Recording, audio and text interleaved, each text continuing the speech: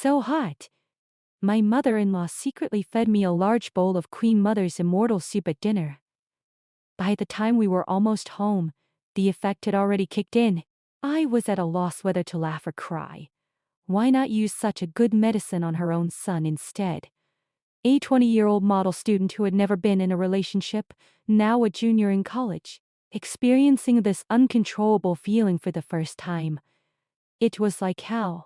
Through tear-misted eyes, I looked at Professor Xie beside me. We'd been married by contract for a month, but this was the first time I really looked at him. Striking features, a perfect face, long fingers gripping the steering wheel. When he lectured our class before, I only ever dared a distant glance. At such close range today, I realized Professor Xie was even more handsome than the legend said. A surge of impulse rose inside me. I wanted to rush over and press myself against him. But I didn't dare. And I couldn't. He was my teacher after all, and our marriage was only a contract. Seeing my increasingly flushed face and my barely concealed desire, Ji Yanli finally realized something was wrong. He belatedly remembered his mother's suggestive smile and strange words before we left. Have a pleasant evening. Hurry home. Every moment of your wedding night is precious. So this was her scheme. I was in agony, curled up in the passenger seat like a kitten sobbing. He drove faster and faster, veins bulging on his arms. In the elevator, my legs gave out, and he had to support me with his body.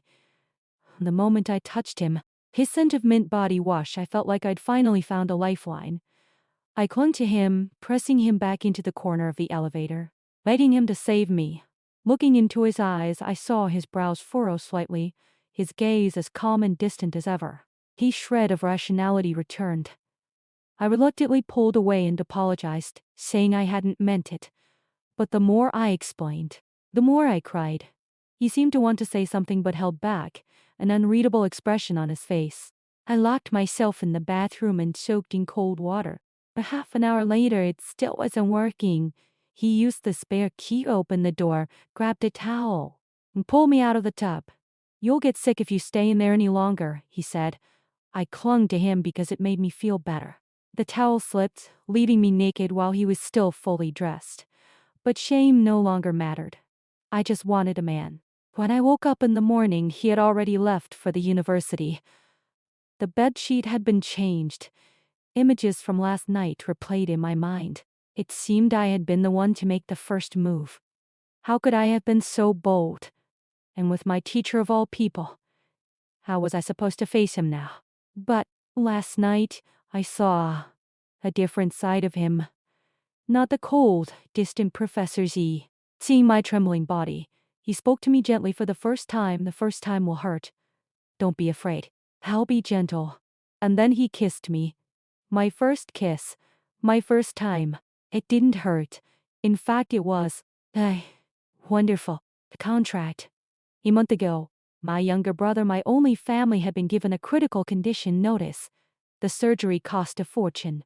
As I crouched in the cold hospital corridor, the world crumbling around me, a message arrived. Song King Lee.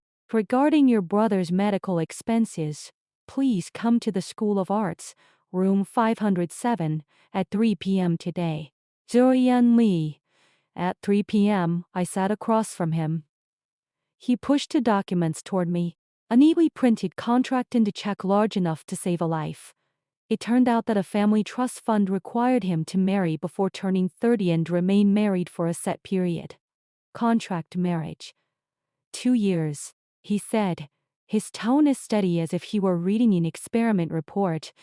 I will cover all expenses and provide living support. You will play Mrs.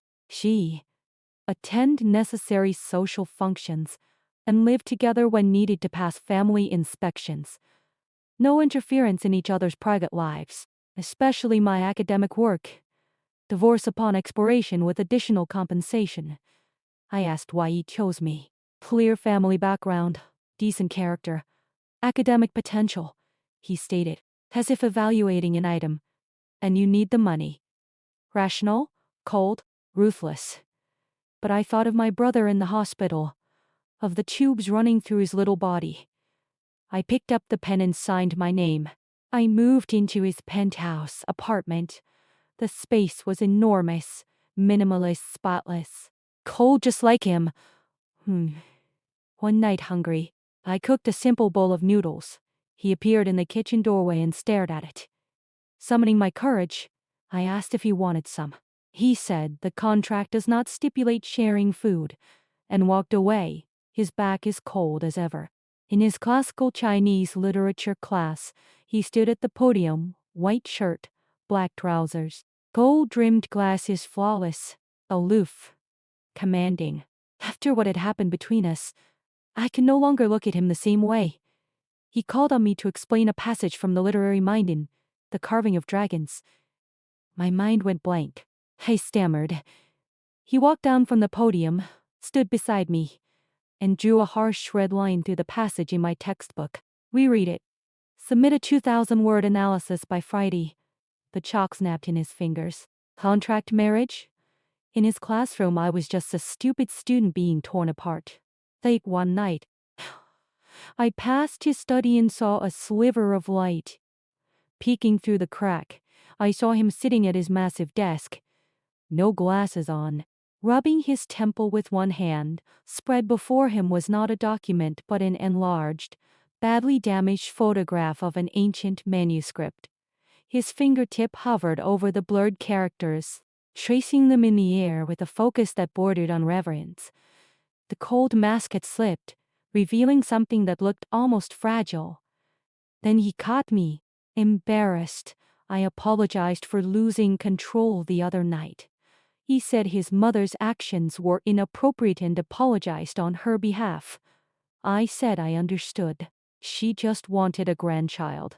He offered to transfer the apartment into my name after the contract ended as compensation. Perhaps overwhelmed by the extravagance, I blurted out what I was really thinking. That's not necessary, Professor. I didn't exactly lose out last night either. The moment the words left my mouth, I regretted them. I fled. The days that followed blur. I grew accustomed to living with him. On impulse, I would buy flowers and put them in vases. My things colorful umbrellas. Cute cups began appearing around the apartment. At dinner, I would start conversations. The place, once devoid of warmth, now felt a little warmer. He stopped calling on me in class, but I noticed that before each lecture, his eyes would scan the room until they found me. I was different from his other students, wasn't I? After that night, it was as if a devil switch had been flipped inside me. I couldn't stop thinking about it, what we had done. One rainy morning, he offered me a ride. Fearing exposure, I refused, only to get drenched. My period started early. That evening, doubled over from cramps, I stubbornly continued cleaning the kitchen. He watched me for a while, then left. I thought he didn't care, but he came back, holding a painkiller and a glass of water. Go rest, he said, his voice brusque. Don't be in the way. At the Xie family's annual banquet for the patriarch's birthday, I wore a gown he had chosen. Smoke gray silk, simple cut, a low V-neck at the back that showed off my shoulder blades. He kept his arm casually around my waist, protecting me from unwanted dishes, deftly fielding awkward questions from older relatives. Then a woman from another wealthy family sneered that the Xie family wasn't open to just any stray cat or dog. His arm tightened around my waist, pulling me closer. She is my wife. Any more barking, and I will not hesitate to throw you out. The room went quiet, my heart pounded. My wife, the word, coming from him, had a strange power. Back in the car, he said it was just a contractual obligation. His voice flat. The tiny spark of hope that had flickered to life inside me was extinguished. I threw myself into playing my role. Polite but distant. Ate most of my meals on campus. Stayed in my room. When the flowers I bought wilted, I didn't replace them. Then, one day, my bedroom was empty. I thought he was ending the contract. My eyes reddened. Then he explained his mother was coming for dinner, and he'd moved my things into the master bedroom while I was at school.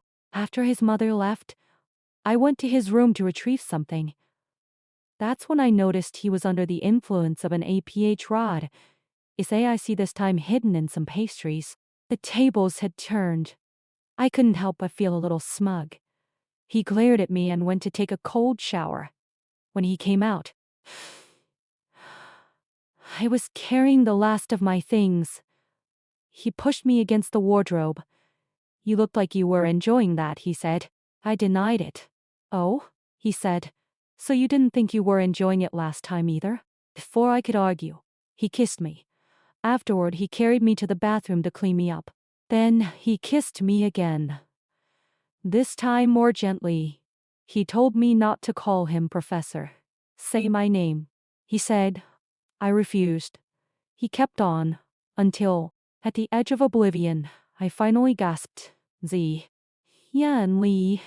As I drifted off, I heard him whisper, Song King Li, let's start dating.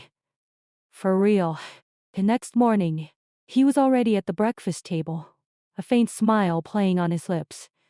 He asked if I had considered his words. I didn't remember what he'd said. He grew serious, the same expression he wore in the lecture hall. Forget the contract.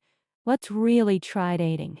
I've realized I'm interested in you, and you're not. Unreceptive. We fit well together. I said I never thought about dating someone 8 years older, that we didn't match, in age, in family background. He said his family had never expected him to marry for influence, and they already accepted me. I didn't answer. I'll take your silence as acceptance, he said. Go to school. Don't forget to move your things into the master bedroom. That night, in his study, he wrapped his arms around me from behind and rested his chin on my shoulder. His hand covered mine as I practiced calligraphy, guiding my brushstrokes up. I turned in his arms, stood on my toes, and pressed my lips to his.